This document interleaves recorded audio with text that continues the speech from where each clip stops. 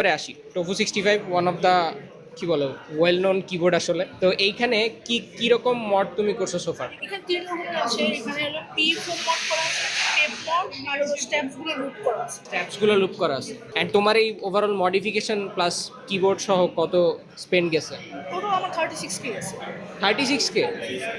মানে এত কেমনে গেল? জি, এটাতে বেস কিট হলো লাইক 33K এর মতো। 33, হ্যাঁ রাইট। এন্ড দেন সুইচ নিছি আরো। এটা V2 টা রাইট? টোফু 65 V2, আচ্ছা টোফু 65 V1 এর কথা মনে করতেছি। এখানে ওই স্ট্যাবিলাইজার মডিফিকেশন করা হয়েছে রাইট? জাস্ট লুপ করা আছে। দুগুণ করা হয়েছে।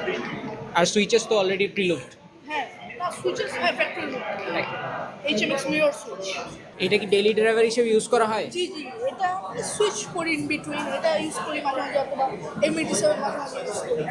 সোফার এটা যদি ফার্দার মডিফিকেশন করতে হয় মানে কি মডিফিকেশন করার ইচ্ছা আছে? তেমন কিছু নেই, অলরেডি আমার ভালোই লাগতেছে, এটা স্যাটিসফাইড আছে। আই মিন অন্য সুইচ ট্রাই করার ইচ্ছা আছে? সুইচ ট্রাই করছি, আরো ট্রাই করছি, KD200 করছি, HMX সিনহাই সুইচেস ট্রাই করছি, এটাই ভালো লাগছে। আরেকটা লাস্ট কোয়েশ্চেন, যে তোমার মনে করো যে এইটার উপরেও যদি কোনো ড্রিম কিবোর্ড থাকে আচ্ছা তাহলে সেটা কোনটা? না তেমন কোনো কিছু নেই, এটাই ভালো আছে। এটাই done? জি, জি, এটা আমার বাবার। সো মানে ছেলের যেই আপনার ছেলের যে